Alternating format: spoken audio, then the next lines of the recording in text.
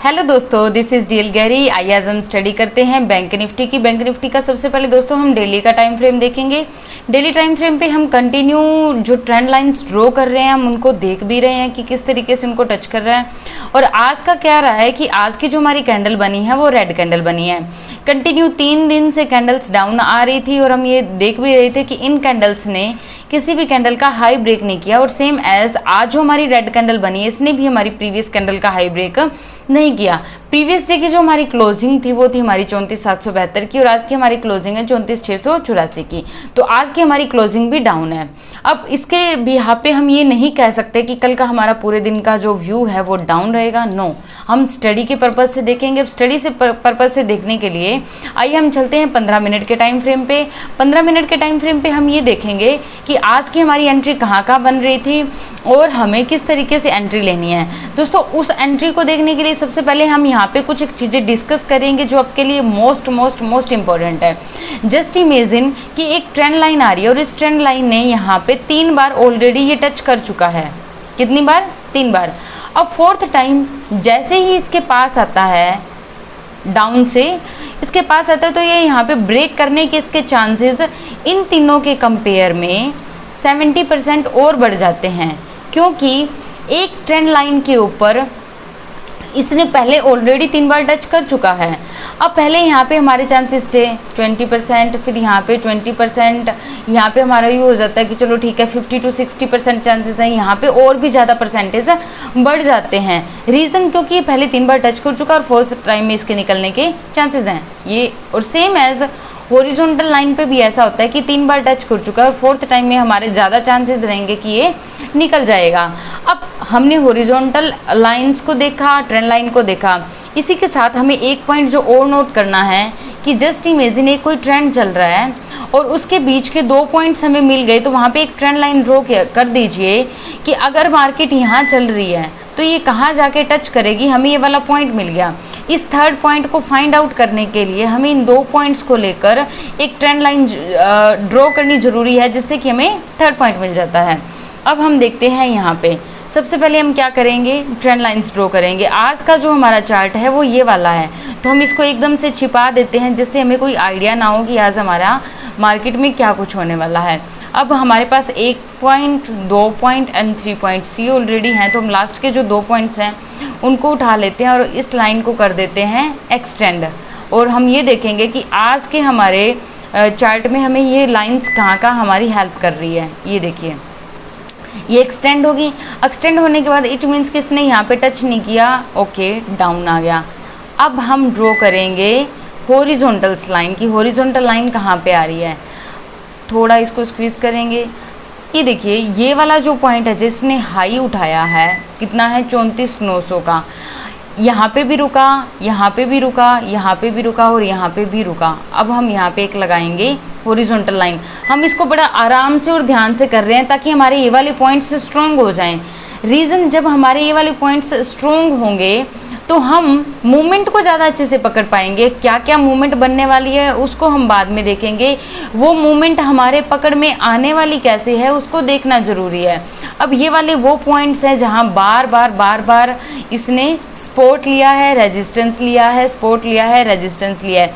और same as आज यहाँ पे भी इसने अपना सपोर्ट लिया और उसके बाद रेजिस्टेंस लिया और उसके बाद ये वापस डाउन आ गया। अब आज के हमारा जो 5 मिनट का टाइम फ्रेम है उसमें हम ये देखेंगे कि हमें एंट्री एक्चुअल में मिल कहाँ रही है। 5 मिनट का जब हम टाइम फ्रेम लगाते हैं तो उसमें हम ये देखते हैं कि स्टार्टिंग के अंदर यहाँ कैंडल्स 3 डाउन आई और नीचे से यहाँ पे एक हॉरिजॉन्टल लाइन आ रही थी। हमने यहाँ ड्रॉ नहीं की लेकिन हम उसको ड्रॉ करना ज़रूरी भी है और करेंगे भी। आज का ये कहाँ तक लो लगाने वाला है इसको देखने के लिए हम ये वाला लो उठाएंगे। यहाँ पे हम एक हॉरिजॉन्टल लाइन ड्रॉ कर देंगे।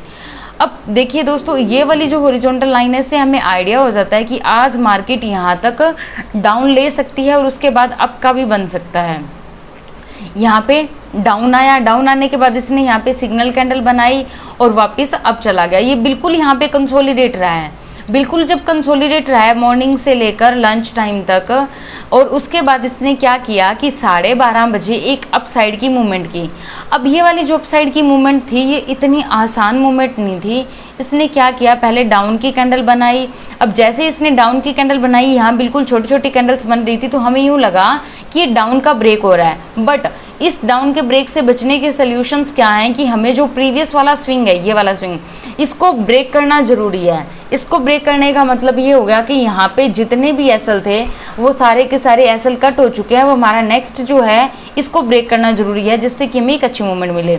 ये प्रीवियस वाले स्विंग तक यहाँ तक गया, प्रीवियस स्विंग ये ही था लास्ट वाला, यहाँ तक गया, यहाँ इसने टच किया और उसके बाद इसने उसी मिनट में, पहले ये रेड कैंडल थी और उसी मिनट में इसने वापस किया और एक अच्छी ग्रीन कैंडल बनाई। उसके बाद थोड़ी देर सस्टेन किया और ये देखिए जो हमने हॉरिजॉन्टल लाइन लगाई थी उस हॉरिजॉन्टल लाइन तक का अपना टारगेट दिया, और बाद में यहाँ पे 4 से 5 कैंडल यहीं पे सस्टेन हो गया और फिर डाउन की कैंडल, फिर यहाँ 2 छोटी छोटी सिग्नल्स कैंडल्स के रूप में इन्होंने काम किया, यहीं पे ब्रेक रुकी हैं और फिर डाउन की एंट्री। ये वापस हल्का सा रीचेक किया है और ये रीचेक कौन से पॉइंट तक हुआ है इसे जानना भी ज़रूरी है। अब दोस्तों आज हमारा एक्सपायरी था, तो ऐसे में हमें क्या करना है, हमें थोड़ा और स्मार्ट वर्क करना है कि जस्ट इमेजिन कि आपने इस डाउन के अंदर यहाँ पे 100 क्वांटिटीज़ डाली हैं। अगर आपके यहाँ पे 100 क्वांटिटी है तो आप इस मूवमेंट के अंदर, ये वाला जो मूवमेंट है इसके अंदर आप 80 क्वांटिटीज़ निकाल दीजिए। वापस जब ये रीचेक करने के लिए गया, यहाँ पे सस्टेन किया, तो जो प्राइस आपको यहाँ मिला था वही प्राइस आपको वापस यहाँ पे मिल जाएगा, क्योंकि आज एक्सपायरी स्पेशल था। ऐसे में प्रीमियम बहुत जल्दी गिरता है। तो उसके बाद हमें डाउन की अच्छी एंट्री मिली। दोस्तों हम जितना भी एनालिसिस कर रहे हैं ये सेल्फ स्टडी के लिए, सेल्फ एनालिसिस के लिए और सेल्फ ग्रोइंग के लिए है, ताकि हम और अच्छे से सीख पाएँ। और बाकी हम काफ़ी अच्छे से इसको सीख भी पा रहे हैं। फिर भी अगर आपके कोई भी क्वेश्चन रहते हैं तो आप कमेंट सेक्शन में ज़रूर लिखना। अब ये तो हमारी आज की मूवमेंट थी जिसको हम अच्छे से देख पाए हैं और काफ़ी अच्छे से हमने इसको एनालिसिस करने की कोशिश भी की है। अब 15 मिनट के टाइम फ्रेम पे एक हमें जो और अच्छी चीज़ मिली, जिससे कि हम डाउन की मूवमेंट के लिए ज़्यादा अच्छे तरीके से रुक सकते हैं। दोस्तों हम जितना बड़ा टाइम फ्रेम देखते हैं हमारा मूवमेंट उतना ही बड़ा हो जाता है और हमारे टारगेट भी उतने लंबे हो जाते हैं।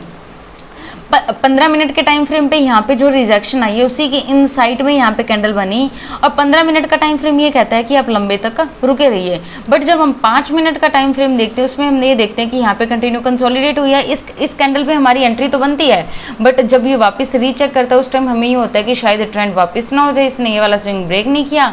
तो ऐसे वाली लंबी मूवमेंट जब आपको लेनी हो तो आपको 1 मिनट, 5 मिनट और 15 मिनट तीनों को कंबाइन करना ज़रूरी है, जिससे आप लंबे टाइम तक के लिए रुक सकते हैं।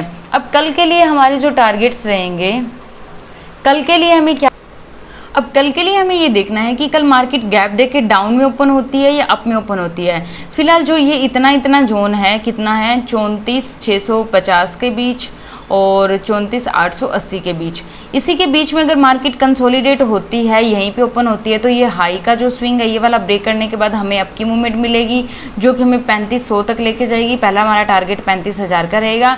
और डाउन के लिए अगर मान लीजिए कि गैप देके डाउन में ओपन होती है, तब हमें वेट करना है, इंतजार करना है। हम प्रीवियस वाले जो ये वाला स्विंग है जो कि 34,500 का है, इसको ब्रेक करने के बाद हमें डाउन की एक अच्छी मूवमेंट मिलेगी। तो दोस्तों कल के लिए अब जो अच्छी मूवमेंट आप उसके लिए प्रिपेयर कीजिए। हम कल फिर से टेस्टिंग करेंगे और खुद को एनालिसिस करेंगे कि हमें कहाँ पे कौन सी अच्छी मूवमेंट देखने को मिली है। जब आपको कोई भी मूवमेंट समझ में ना आए तो आप उस टाइम आराम से बैठ जाइए और सिर्फ एनालिसिस कीजिए, स्टडी कीजिए। मार्केट कंसोलिडेट होकर यहीं पे ओपन होती है तो अप और डाउन हम दोनों के लिए मूवमेंट के लिए तैयार रहेंगे। लेकिन एक तरफा अगर गैप देकर उसी टाइम डाउन आता है या उसी टाइम अप जाता है तो ऐसे में हमें और एनालिसिस की ज़रूरत पड़ती है और इंडिकेटर्स की और प्राइस एक्शन को समझने की ज़रूरत पड़ती है। उसके बिहाफ पर हम एंट्री लेते हैं। तो दोस्तों कल हम मिलते हैं एक नई वीडियो के साथ। सभी को thank you, God bless you, take